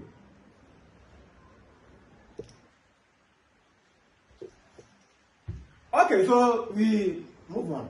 So we are saying that when we seek the spotlight, we compete with the one who really deserves it. That is the heart of immodesty, not clothing, but glory theft, which is dishonesty. When we steal the glory from someone, we are being dishonest. We call it the glory theft. You are stealing. Someone has created you. He made you so beautiful and handsome. Why should you ignore him and then take all the glory? So we become the stumbling block. That's why God to be praised. They praise us. If you go to Romans 13 verse 14, we must be wrapped in Jesus' character, not our own ego. So whatever we are doing for Christ. Let them see Christ in us. Christ in me. Christ in you. Christ in us. Who gets the glory? God. The Father, the Son, and the Holy Spirit. That's all. So in case you are drawing attention to yourself through your dress, let's be careful. E. The last point. Freedom through covering. Freedom through covering. Modesty is not oppression. Modesty is not oppression. No one is oppressing no one. But liberation. When you dress modesty, you are liberated. As I've been saying, you see them walking and they are pulling their skirts. You are a slave. If you are on your own, why should you be pulling and then you have to be crossing your leg, you have to use a handkerchief to wrap your knee? Why? You are being in bondage. So modesty is not oppression. But rather, you are liberated. You wear your gun, you walk and walk free. If you want to urinate as a woman, if you urinate on the waist because your skirt is so huge that you can easily cover up and urinate, you are wearing a mini skirt and there's an emergency or free call. How do you, go there to ease yourself? You see that unless you look for some old woman's clothes, then you now have to use it to cover to ease yourself. The world teaches to deceive by showing more means freedom, and it is not true. When you expose yourself means freedom, it is not true. Some are even raped by those who were there, their judges. Two of us. This models, most are abused. Sexually. Because the way you came to model, then you got someone attention. You got someone's attention. So at the end, the person will seek any means to either you are raped or you are sexually abused. But they keep it down. There are more rape cases in these modern agencies. But that is the same line. Now, let me restart. The world teaches to deceive by showing more means more freedom. But it is not true. But this is the same, or that is the same lie the serpent told Eve. If you understand the sense, you can read and say verse 4. Then the serpent said to the woman, "You will not surely die." He said, the word is saying that expose more for legacy. They will give you money. The more, the way they have money. One picture alone can get you a car. When they invite you, you are a modeler. They are rich. But it is a lie. That's why when you are aging, because some will go and do surgeries or this person said because of wrinkles. nature will expose you. So no matter how you fake it, you be exposed, and they have to employ new ones. At times they even become rivals. There's a person once sees that they have cheated on her, but your time is over. They paid you, you made your name. Now you are now on pension. Someone have to come and take over. They have to introduce fresh ones. Some are so reasonable that they become the coaches to the new ones. Some too thought that they could reign forever. So it was the same lie that Satan told the woman. Meanwhile, they died spiritually. They died spiritually. That's obedient freedom. So the word is saying that, oh, you have to do the exposure. You call that one obedient freedom. Came from pride, recalcitrance, and defiance. The first pride is seen in a woman, Eve. It was pride that made her stretch her hand to pluck the apple. It's simple. It is simple. Your parents are away. Your teacher is away. Don't make noise. If you're obedient, either you sleep, you read your book, or you are quiet. But when you try to disobey, it means you are proud. So the first person to introduce pride is Eve. Oh, then she stretched her hand. It was pride that motivated her, that encouraged her to reach out. And we will give you 6 results from Eve's deception, or from the serpent to Eve. 6. 1. Shame and hiding. Don't read it. You'll go by face. Shame and hiding. Genesis 3 verse 8 to 10. Why did they hide?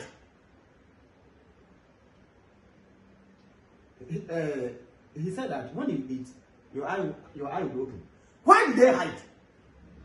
Why did they hide? So shame and hiding. That is the first. Number 2. Their eyes open. That's why they hide. Oh, but if your eyes are open, I think it is then that you were even going to see God create. So why would they run away? You see. 2. Curse with labor. Please, I think you can read and the people will. 14. No, read 3 verse 8 to 10, please. 8 to 10. I think of the Bible, otherwise I would have heard. And they heard the sound of the Lord God walking in the garden in the cool of the day. And Adam and his wife hid themselves from the presence of God, the Lord God, among the trees of the garden. It's okay. Read the verse 14 to 17. 14 to 17. Curse and labor. They were cursed. So the Lord God said to the serpent, because you have done this, you are cursed more than all cattle and more than every beast of the field. On your belly you shall go, and you shall eat dust all the days of your life. And I will put enmity between you and the woman, and between your seed and his seed. He shall bruise your head, and you shall bruise his heel. To 16. Yes. To the woman he said, I will greatly multiply your sorrow and your conception. In pain you shall bring forth children.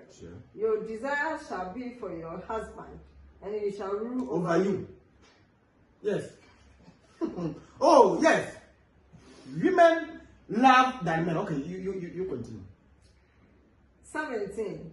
Then to Adam he said, because you have listened to the voice of your wife, you have eaten from the tree of which I commanded you, saying, you shall not eat of it. Cursed is the ground for your sake. In toil you shall eat of it all the days of your life. Very good. In toil. So you see that the woman, and this is what is missing from the world. Women love than men. In fact, as I'm here, initially I was saying that no man can love his wife than the woman loving her husband. It is not true. So me, I don't say that I can love my wife than the way she will love me. You see, that's not all. But The curse is that man must rule over woman. That's all. Men give women more broken hearts than women giving men broken hearts. When a man offends a wife, she is greatly tensed than the opposite. And now they want to compete with men. But it was also part of the case that man must lead a woman. I've never ever heard people using this in our life. They have hidden it. So a woman was cursed two. One, to suffer to give birth. And two, to love. The Bible mentions love, right? And the man will rule over you. So the woman got two curses. And Adam. Three. Three. Very good. The pain, you love your husband, and then he will rule over you. Very good. So me, I combine the pain plus the see, the pains is gotten through when you are giving birth. And the pain is one. You love your husband is two. Okay. The husband will rule you. Very good wife. That's why you have to also marry a woman who follows suit your religion. Of course, I don't go to different churches to waste my time. I don't even know them, so why am I going to marry from them? You see. So she is saying that she was even given the three curses. And the last one is always omitted that man must rule over a woman. And men are that's why we marry and then we name them message so. Hey, initially you're from your parents' house, you're bearing your father's name. When you marry, we say your name back. So men will continuously invent names for women until we die. Some will come and continue in that order. Have you ever seen in a marriage where the man is bearing the same name of the woman? It's not true. So this is also the part of the case. And then for Adam, for being so foolish, you were a man. You were the one that God began the world with. When he created the garden, you named the animals. He was supposed to be. God said, because you have listened to your wife, right? It means that he chose Eve over God. That's why they were also. He was going to work from the same ground that he was formed. So two, curse with labor. Now today, discomfort. Please, the 18 verse 19a. You mean the 19a, the first side? Both thorns and what? Thistles or blisters. Thistles. Okay. It shall bring forth for you, and you shall eat the head of the field. In the sweat of your face you shall eat bread. It's okay. So you see, when you read the Bible, the Garden of Eden is equated to Luke 16 verse 23, that Lazarus was in the bosom of Abraham. So paradise is almost equal to Eden. It's a pleasant place. Everything was there. In fact, they learned nothing. But when they sinned, then they were sacked to go and see the real life. They became prodigals. So go out there to see. If I'm giving you this and then you don't want it, then go. They wanted the patient. Now, let me cover the environment. What they did was deliberate. They needed freedom. God granted them. That's all. All this are common sense. If not, why did they do so? So they chose to do that so that they could be liberated. So when we see that, you think you are a slave, we liberate you to go. When you go and then you hate, if accessible, you come back. Some are able to come back, some are not able to because of sin. Then they moved on. 4, spiritual death. Now, today I'm going to explain physical and then so Genesis 3 verse 19b following. So you return to the ground, for out of it you were taken. For dust you are, and to dust you shall return. It's okay. So physical death. Separation of humanity from God. Simple. Separation of humanity from God. You now want to live on your own. So go. Means that you don't want God to supervise you again. You understand what I'm saying? So for example, you are with your parents, and then you have left the house. You are no more under their care. Because you want to be on your own. So off you go and then you leave your house. That's why I first mentioned that they were polygams. Which one are you displaying? A spiritual death. Spiritually, but that God made us in His own image. The phrase "in His own image" means that His spirit do very good. Now you are going. Are you still with Him? But the spirit is still there. But listen. You are no more under His umbrella. Okay. So now it is somehow pressure. Now you are on your own. So go and live your own life. So you have to if you set them from the garden to go to the earth where the thorns were placing them. That was what they wanted. So He betted them to go, and then you are free forever. Can we move on? So spiritual death, separation of humanity from God. When you are referring to the couples, they didn't want to live in the Garden of Eden. So the Bible is also saying that when they left, God didn't look after them. But figuratively, this is how we explain spiritual death. That the moment they sinned, then spiritually, they wanted to be on their own. So the moment we sin, you are no longer under the care of God. Always have an answer. When Samson betrayed God by telling Delilah his friends, the Bible is saying that the Spirit of God left Samson at once. The word is at once. If he was with him for, why was he captured? So when we sin, we are separated from God. That's why when you read John 9, we have more answers. When you read John 9 verse 31, it is saying that God does not listen to the prayer of a sinner. Last Wednesday, my sermon, yes, no, and then wait. I used the Isaiah 65 verse 24.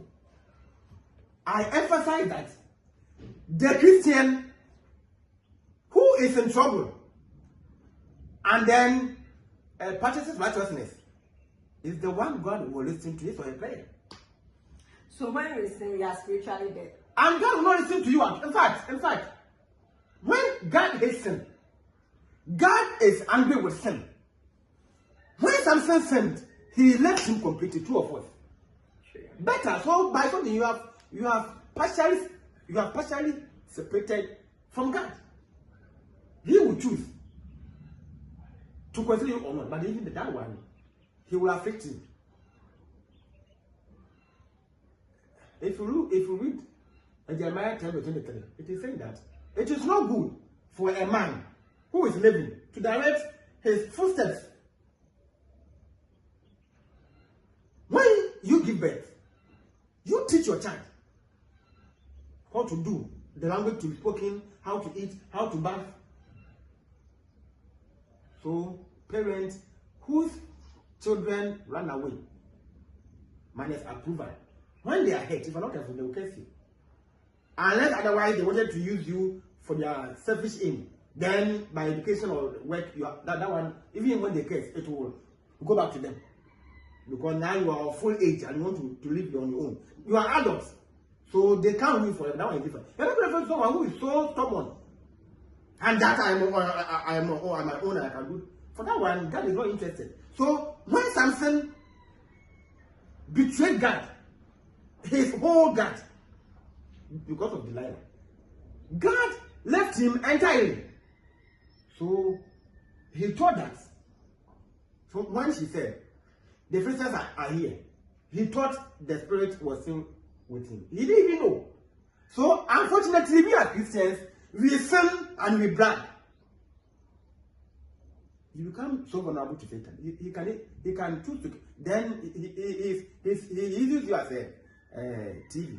TV. So you are a remote. He uses a remote to control to and fro.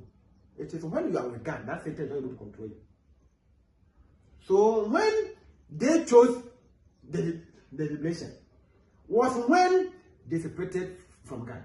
And continuously, human beings are separated from God. Some don't even believe that heaven and earth, heaven and hell are there. So they left God partially, that they wanted to be on their own. They said, oh, then go and then live your own life. And when they went out, they said that, we should have. So God will affect you for you to know that, I should have. Always I should have. So had I known, if they had been reasonable, if they had foresight, they wouldn't leave the garden. Bible said that life was really hard. And after the garden, 2 of us. But when they were living under God's care, were they suffering that much? They were not. No aging, nothing. It's a question answered, or I should still elaborate. You said when they were living in God's care, they were not facing all those things. But were there any? My question is, but when they were going outside, it is because of the curse. That is why they were suffering. If they should have gone like that, I don't think they would have suffered like that. But God cursed them. So they suffered because of the curse. So the curse also involved the aging. Are you understanding? The suffering, the curse also involved the aging. Are you okay? So this time around, I will give a human being lifespan, because I can't trust him forever. So, so when you die, then someone will continue. That's why they continue. Moses killed Joshua. In that order, I will die. In fact, my father is dead. With time, people will be watching my voice. Then I don't know. We all have a expiry date. So the curse involved a lifespan that they have to die for people to come. So I think we have understood that it is either for partial. The moment you hear of a spiritual death, it is either for. In fact, God did not entirely left Samson, but he left him to be affected, to be sensible enough to know that he was fully secured when with God. But when he chose the liberation, he wasn't. So you're not going to enjoy. But if you are a child who has left the parents, will you enjoy? You buy your own prepaid. You buy. But if you are with them, they will have to buy for it. I mean, they have to provide. You understand what I'm saying? So when a child leaves home, the parents have not entirely disowned the person. They still look for. They go to the media to do announcements. They try to look for, because if you're a parent, you might be responsible. Now, parenthood starts from a childbirth to when the child dies. Unlike parenting. For parenting, you adopt for a period and then off you go to a contract. But for parenthood, when you give birth, you're going to take off your child from infancy until he dies, and not when he marries. No. Because when he marries, still the person has parents. There are some instances that they will ask you to call the father, to call the mother. The husband doesn't own the wife. The wife doesn't entirely own the husband. The wife has the utmost authority over the husband than my mother. You understand? So as you are here, I must listen to you. When my mother and you are they in need of me, you are first before her. Do you agree? Because at the end, I'm going to give account to God on my wife, not my mother. My mother also has a husband. So you are my priority. So as you are sitting here, you have authority over me than my mother. Initially, it was her full authority, and not now. We have men who buy cars, build houses for their wives, not their mothers, because the person has found love. And we are not saying that it is good to abandon your mother, but we are saying that couples do for their partners more than their parents.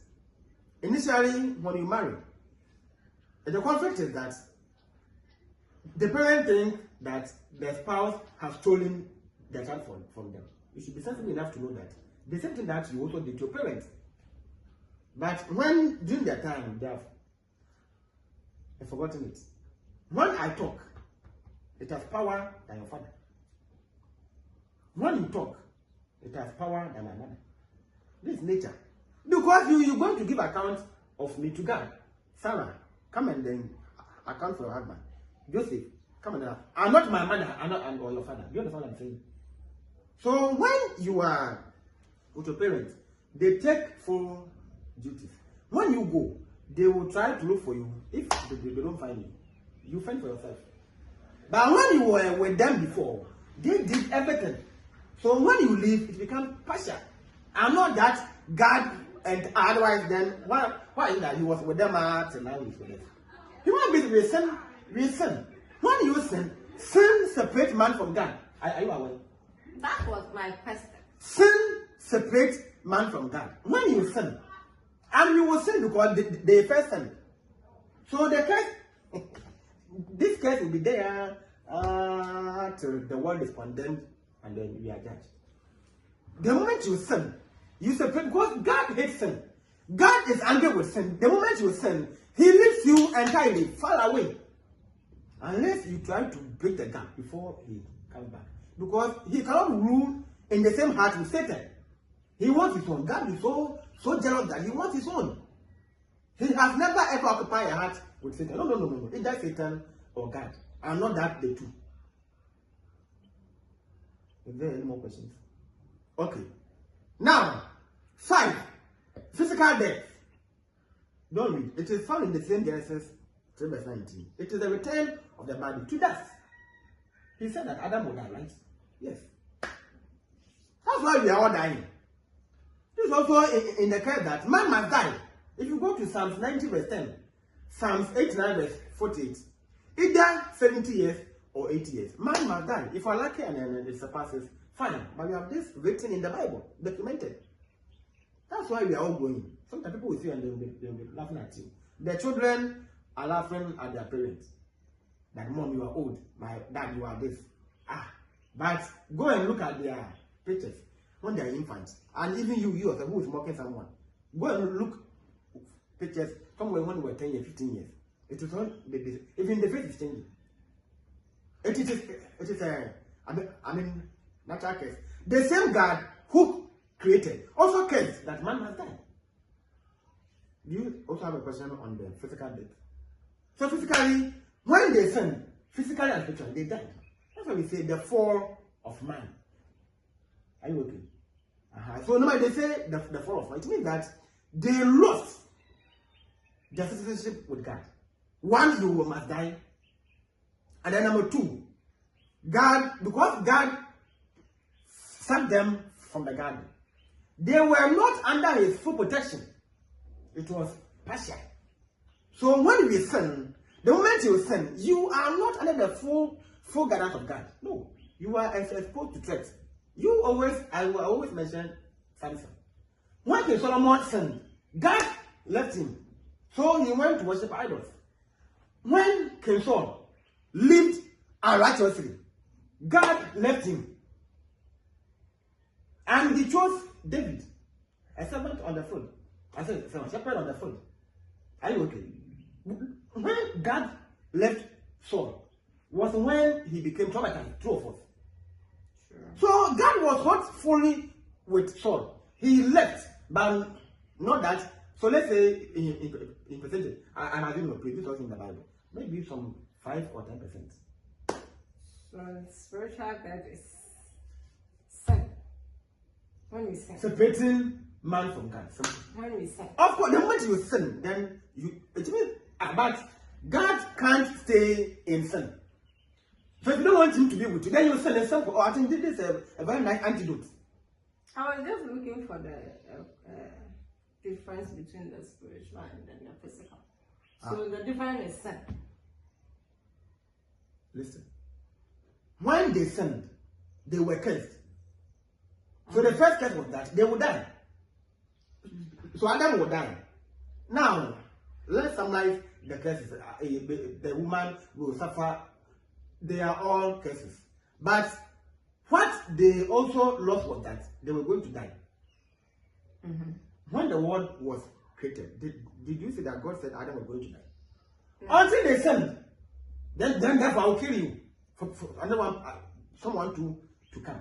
Okay, so when they sinned, was when they separated. I'm saying that if you don't want God, sin, and then he goes away. Sometimes he goes and comes no more. When he goes, you sin and then he goes entirely. You will never see him again. So when they were cursed, when they sinned, they were cursed when they sinned. They sinned before they were cursed, right? Yeah. So the curse came from the sin. I understand. So my issue is the spiritual death is sin. When you sin, then you die by God separating from you because you have sinned. You won't die. Spiritual sin is when you spiritual death. So spiritual death. It's not that you die. They didn't die, but they were not under the full protection of God. Simple. So we say they were not under the full umbrella or wings of God. Therefore, they left the garden to live. So spiritually, you are dead. Oh, no, not that you would die to be buried. Yes, I understand. But that. you are separated from God. the full. No, it's not from God. From the full protection of God. Don't say from God. From the full protection. When your child sins against you, do you fully love him? No. So same as the spiritual death. Let's move on. No, it's not like let's move on. You have to understand before you move on. I want you to understand. They didn't die. Adam and Eve didn't die when they sinned against God. The death that I'm talking about is not physical death. I'm talking about the spiritual death. When you sin, you die spiritually. That's what I'm trying to do. Means that you are not under the full protection of God. And not that he does not care for you. Otherwise, the hair of Samson would have gone. Okay.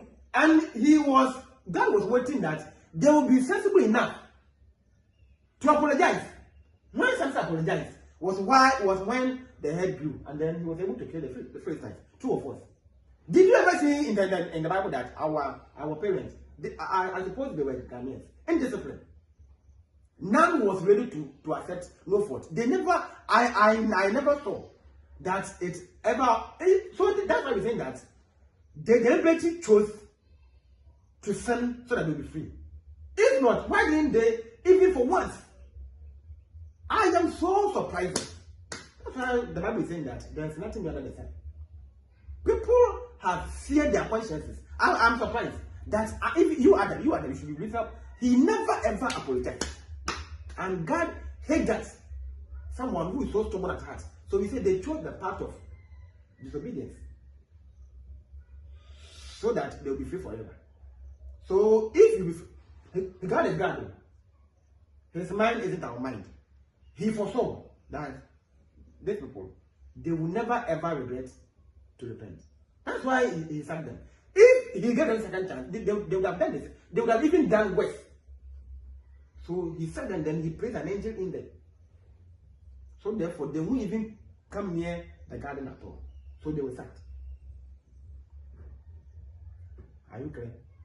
Okay. So then later they were they are still trying to analyze the Genesis 3:4.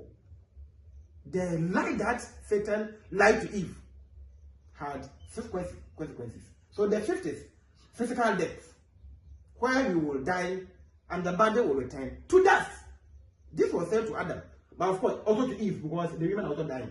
Don't argue that this was said to Adam. So why did Eve die? Eve too was a human being. Then the last one, Genesis 3, verse 27 and 24. We are 23. Therefore, the Lord God sent him out of the Garden of Eden to till the ground from which he was taken.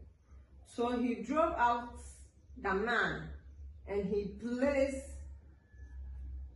cherubim at the east of the Garden of Eden, and the flaming sword which turned every way to guide the way to the tree of life. Very good. So he sat them, praised an angel with a sword. I think with time I will teach order of angels. You will see a cherubim and cherubim, singular and plural. Understand? Our interest is not there. I don't want this. There are some people who, when they are teaching the Bible, they don't go straight. They will stop. No. Our interest is our forefathers, the beginning of modesty. So they were sacked. God gave no second chance to them. Please, can we find that in the Bible? He sacked them to go. Oh, our God is a God of second chance. You sit down there and then be saying all these things, and you see, God didn't give them second chance. Otherwise, He would have let them still stay in the garden. Your question? I know you have a question. I know I have an answer. Can one say that God gave them second chance? Because if He didn't give them second chance, He could have killed them, but He didn't. So He gave them second chance to go outside there to find them. Sacking them is the consequence of what they did. Yes, I'm very happy that you are graduate, and for that you even went to SHS, so you read. You a comprehension and then some you understand. Now the subject here is God. Mm-hmm. Adam and Eve and Garden of Eden, two of us. Yes. You are saying with me, I traveled, came and saw that you have messed up my place. So I took my keys. I didn't give it to you again. Second chance, no second chance. No second chance, but because I did not give you my keys again. But He pardoned them by granting their lives. He did not let them go back to stay. Now, second chance was that He should have let them go and say they are going to fool. I took my keys, I shut the door once and for all. No second chance there was given. But He pardoned them. Why? Because He had to let them live to enjoy the consequences of their stupid choice. For His case. Mm-hmm.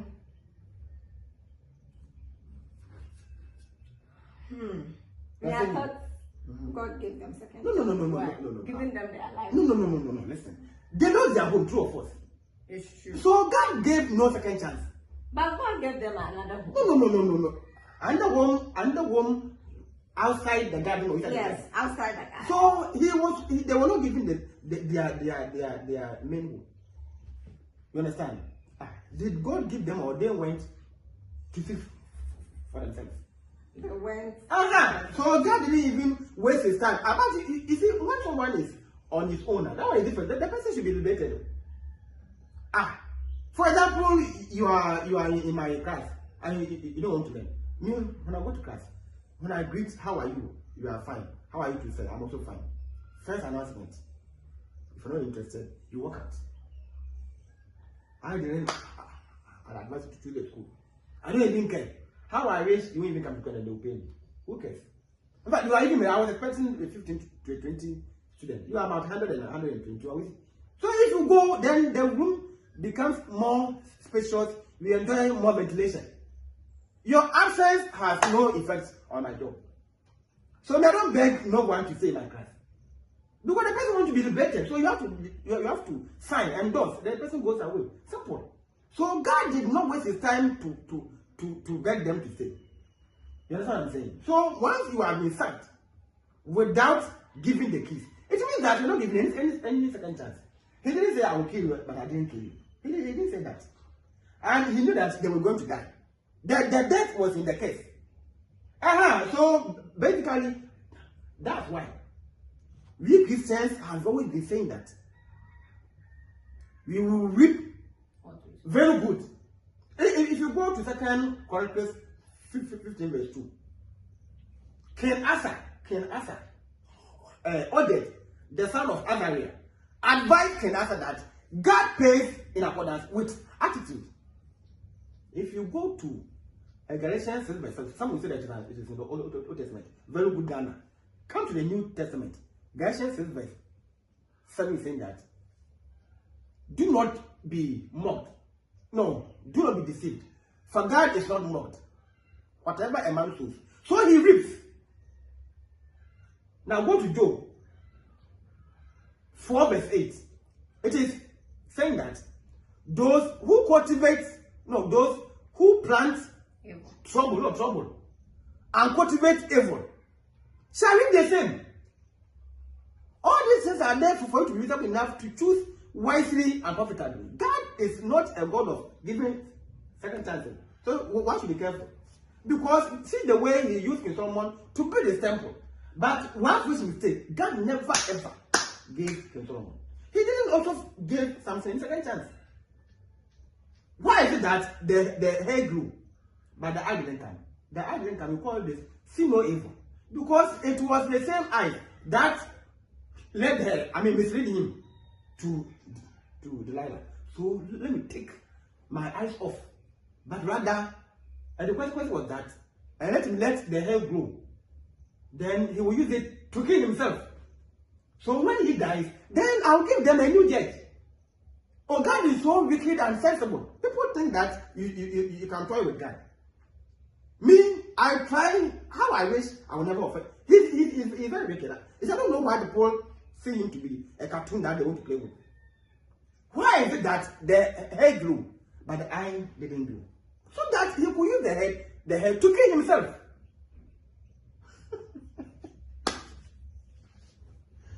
Yes, so that he will no more see no woman with the beauty botox. My friend, die and come, because I gave you a task, you are not serious. So come and then I will give them another person. That's how it is. So we are all reaping from what we sown. Me, as you see me, I'm enjoying from what I did in the past. Can we move on? Very good. So the last was that they were sacked from their own home. And life became miserable for them. Life was not as sweeter as they were in the Garden of Eden. So, to me, in my own opinion, so far as God did not let them, and why didn't he? Because they didn't apologize. So stubborn and you see, they were so arrogant. It didn't even occur to them. Even after the sacking that bishop, they didn't do this. They were rather interested in sexing and then giving birth. How ingrate they were to God. And foolishly, their first son even insulted God. When he killed Abel. So the first person to insult God, aside the parent, was Cain. And it was because he inherited from his defiant spirit. The crab does not give birth to a bird, as our local adage is saying. Because they were disrespectful, they also gave birth to a son who also later disrespected God. And now you and I, we also go on further to disrespect God. Can we move on? Very good. So, in conclusion, we are saying that when God created Adam and Eve, he was not restricting them at all. When your parents are forcing you to put on nice dresses, don't think that they are making you a slave. He was restoring them. Your parents are trying to mold you, to shape you. The church is trying to shape you. The church always have been saying that you don't know you anyway. You as you are here that I'm trying to reshape and you are fooling. I don't know you. You are not my. I will not send my family member that my sister come and do. I won't do that. From here, I may not even meet you again until we die. So if you're not a fool, you should have known that what I'm doing is for your own good and for your own future. Then you see that the child will now sober than will say that. When you trying to correct someone, the person is thinking that you trying to be a Jehovah. No. Why is it that you are being corrected? Now, are you paying the person for the correction? No. But he knows the future, the life ahead of you. Some have been employed. Some have gotten good husband to marry because of modesty. Do you agree? And the girls who are indecent, they give birth. I'm not saying that all those who are on one are, but who will marry you? Some will employ you, but when they go to media, based on your dressing, then they sack you. People are marrying people who are immodest. Because the person too was also immodest. But me, I will not marry and then encourage my wife to go and buy her miniskirt to wear to town. And me, I'm a Christian. Strictly, I'm a Christian. So I will not buy it for my wife to wear indecent dressing to town. I won't do that. So they are indecent. So they also marry people who are indecent. The crab does not give birth to a bird. He gave them back what sin had taken away. So dignity, peace, and belonging. That's all. Modesty is God's way of saying you do not have to fight for attention. That's all. Why should you? I'm saying that my wife, I saw the beauty in the way she dressed. Or she dresses, not that the physical beauty. You already have mine. We have God's approval. Why are you using your body to make money? You have been brainwashed by this world that which is temporal. That you all die to live. And at the end, you become so miserable. Some of the models have become miserable. Last time I saw a girl who was featured in this song by this man, JoSA. And she has even gone grey. I'm surprised. In fact, when she was sitting in the background, hey, that she be a modeler all this while. Where she was even featured, this man is an Ghanaian American rapper. The way I said, wow. So means that I'm sure she's no more with the modeling agency. So somebody who has gray hair. So you see what the world has done to her, and so they have done to others. They will destroy your future. They will destroy you, and then you are put. They will use money to influence you. But people who are this, and the same people who go and marry people, and the same people sometimes they will also stand somewhere to advocate for decency.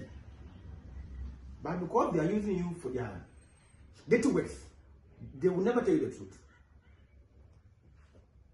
Now we are on the fig leaf of Genesis represents our efforts to deal with guilt. So they were trying to deal with it because they were naked. They didn't even consult God to sew for them the clothes. They found leaves to cover themselves. The animals came. I'm trying to explain the text, Genesis 21. The animal skins represent God's grace covering us. That's all. So from apron to a full gown. Some even have a rough skin, but because they are wearing gown, you won't see it. Some have a K-legs, but because they are wearing this, you won't see unless you marry before you see it. What if you wear miniskirt? This guy, they will start to give you names. We continue.